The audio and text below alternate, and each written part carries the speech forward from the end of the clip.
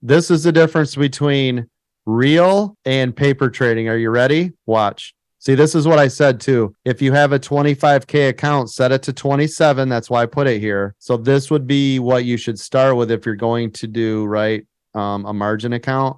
But watch the difference. What did I just trade? What was the stock? It's doing the same thing on SPY because I'm trading that in a practice account. GRWG. Okay, watch. GRWG, we're going to do the same thing. GRWG. It was a market, 10 shares. Are we ready? And buy. Look, it's not done yet. It's sitting in my working order. Do you see it? Yeah. It's still not done. Look, it's still sitting there. Still, and there it is. Now I own it. Now I'm going to sell it. Still sitting there. Now it's sitting and working. Still sitting here.